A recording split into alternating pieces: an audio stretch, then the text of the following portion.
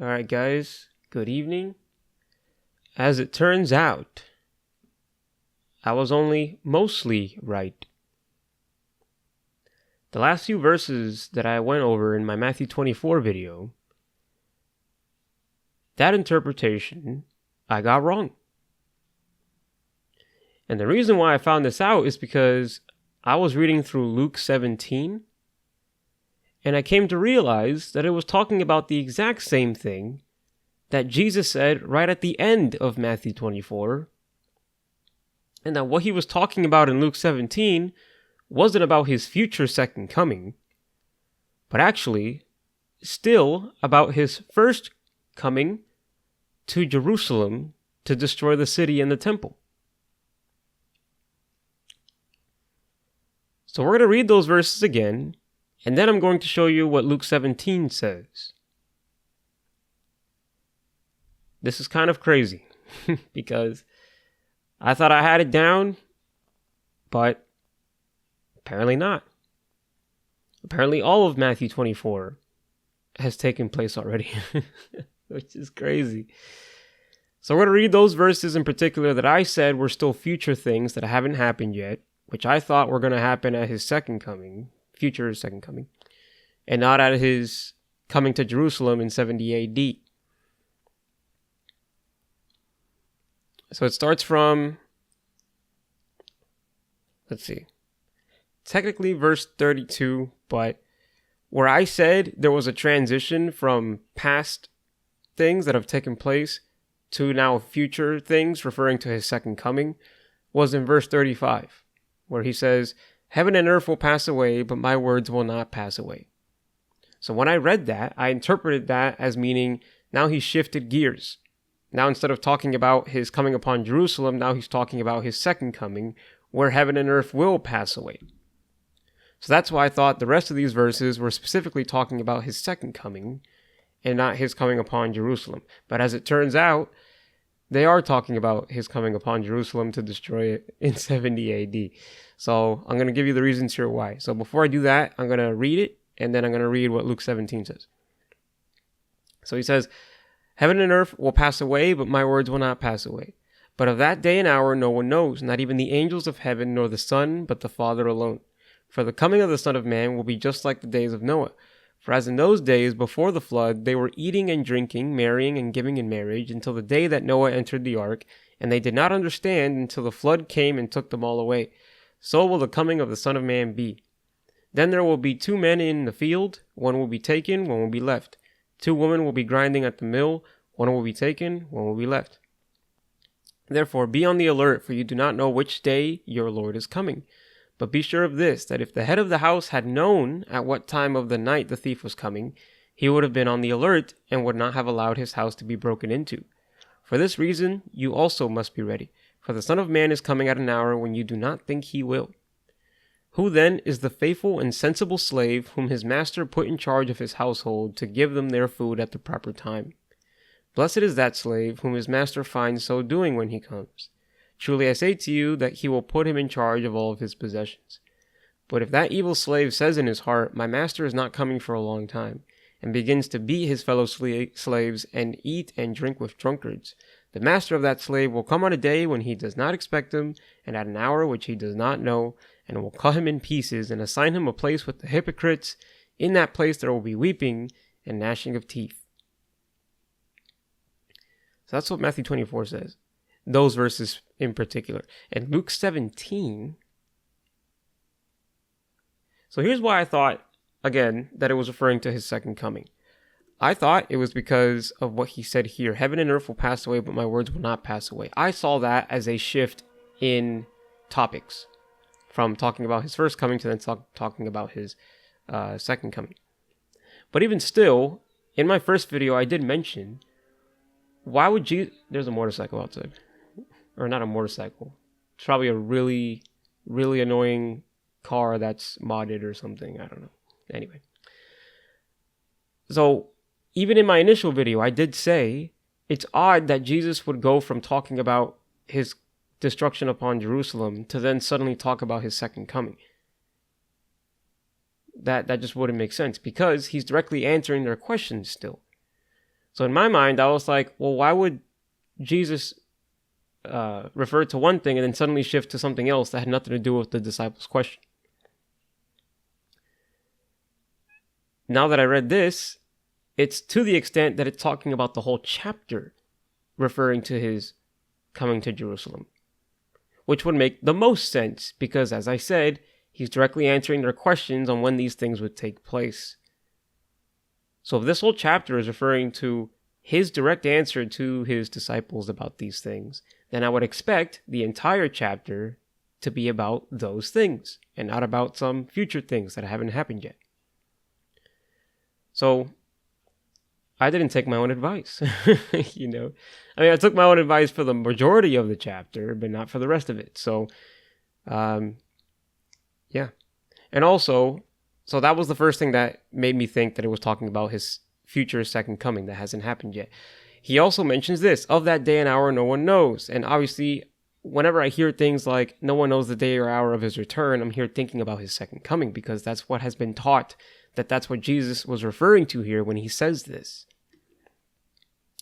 He also says things like, the coming of the Son of Man will be like the days of Noah, and one will be taken, one will remain. And obviously, if you take the view that I do, which is that this is not talking about the rapture of the church, this is referring to Jesus removing the wicked from the earth, and the ones who remain are those who are faithful to him, who belong to him, and will then reign in the new heaven and the new earth. That's what I thought this was talking about. But as it turns out, it's not. It's still talking about the first, the true second coming of Jesus Christ, which was on Jerusalem when he destroyed Jerusalem by the Roman armies. And the reason I know this is because of how Luke 17 describes it. So let's look at what Luke 17 says. And he said to his disciples, "The days will come when you will long to see one of the days of the Son of Man, and you will not see it." Which day was that one? The day of the Son of Man, when he came to destroy Jerusalem and its temple by the Roman armies. So they will long to see that, but they will not. Why? Because of this. They will say to you, "Look there, look here. Do not go away and do not run after them." Just as Jesus said in Matthew 24, "Do not turn back, flee to the mountains," because these are the days of vengeance. That's mentioned in Luke 21, actually. So they will long to see that day, but they will not. Why? Because they will not be there. They will have fled. They will have heeded the warning of their master to flee away before the coming destruction. So people will say, "Look here, look there." Do not listen to them. Then he says, "For just like the lightning, when it flashes out of one part of the sky, shines to the other part of the sky, so will the Son of Man be in his day." Which day? The day where he comes upon Jerusalem. "But first he must suffer many things and be rejected by this generation." Which happened at the cross. "And just as it happened in the days of Noah," see, now he's comparing the days of Noah, not to his future second coming, but his coming upon Jerusalem.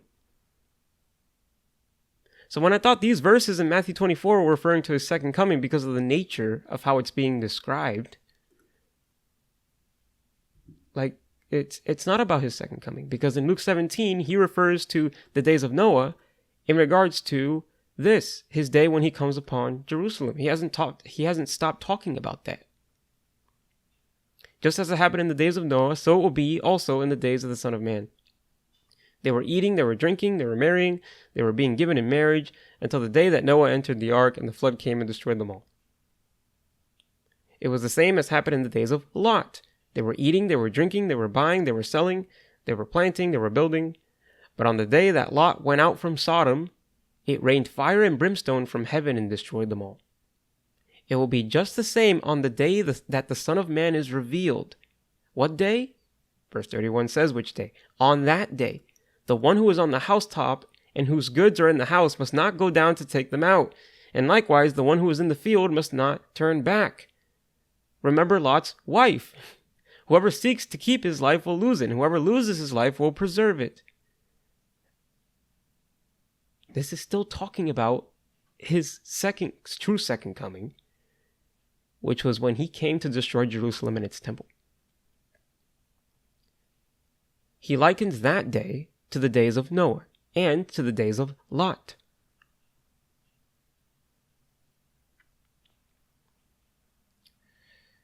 I tell you, on that night there will be two in one bed, one will be taken and the other will be left. There will be two women grinding at the same place, one will be taken and the other will be left. And then some manuscripts have this: two men will be in the field, one will be taken and the other will be left. And answering, they said to him, "Where, Lord?" And he said to them, "Where the body is, there also the vultures will be gathered."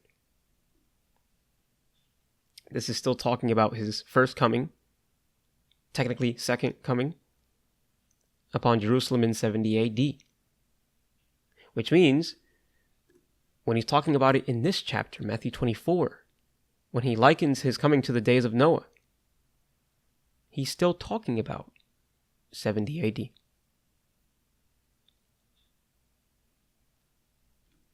So yeah, I was wrong. This entire chapter is talking about 70 AD. The whole thing. Now, the parts where it does talk about something future is this: "Truly I say to you that he will put him in charge of all his possessions." That hasn't happened yet. That will happen when he comes back, and he will inherit the entire earth and will be given all of the nations of the earth as an inheritance. The nations will belong to us when Jesus comes back. We will reign over the earth with him. And also this verse: "He will assign him a place with the hypocrites. In that place there will be weeping and gnashing of teeth." Now, one could say this is happening right now in Hades. Maybe. Or he's still referring to something that hasn't happened yet, which is the final punishment, which is the eternal lake of fire. Hell. That's what hell is. The lake of fire. So those two things haven't happened yet. But what's interesting is that whenever we think of the verse where it says, "No one knows the day or the hour of his return," everybody refers to that being him talking about his future second coming, which hasn't happened yet. But in reality, that verse is taken out of context. What he's actually talking about in that verse is his true second coming, which happened at 70 AD. He's not talking about the day that he's going to come back here on earth to reign with us here on earth in the new heaven and the new earth. The only time in Scripture where Jesus talks about his actual reign, physical reign here on earth, not just a spiritual reign. I believe he spiritually reigns now because of what he said in the Great Commission. "All authority on heaven and earth has been given to me." Jesus rules over the world right now, in the spiritual sense, right? But in the physical sense, him coming down, making the new heavens and the new earth, that hasn't happened yet. The only time where that Jesus talks about is in Matthew 25, when he's listing parables of what the kingdom is like. And at the bottom here, you will see: "But when the Son of Man comes in his glory, and all the angels with him, then he will sit on his glorious throne. Then all the nations will be gathered before him, and he will separate them from one another, as the shepherd separates the sheep from the goats." This paragraph here is the only time where Jesus talks about his second coming in glory. His final second coming at the end of the universe. Everything else, he's talking about something else. So now when I hear things like, "We don't know the day or hour of his return," I mean, yeah, technically we don't. However, when Jesus said that, he wasn't talking about his true second coming in the future. He was talking about his coming upon Jerusalem. Of that day or hour, no one knows. They were to know the signs that the day was steadily approaching. But those who fled out of Jerusalem to the mountains and did not look back, they had to look for a specific sign that would let them know that that day was approaching. But nobody knew the day or the hour.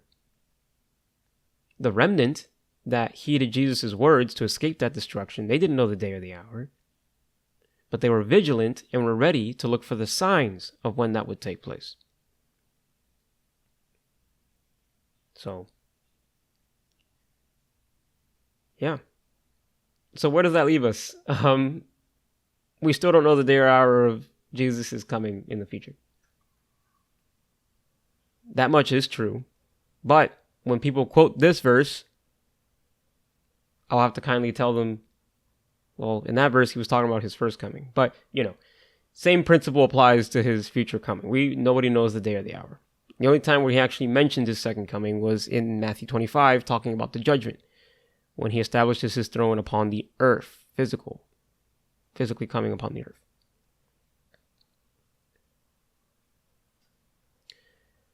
Anyway, it's very late. I have to go to bed. But I had to make this video because I have to keep myself accountable for the things that I teach. So, thank you guys for watching. Hope you guys still trust me with the things I teach. Especially with things like this. Because I take the Word of God seriously. And it means a lot to me. And my hope is that everyone would know the truth within its context, within its cultural history, within its cultural background, everything. So that no one would be misled. And the last thing I want is to mislead people. So, that's it, guys. Again, thank you so much for watching, and I'll see you next time.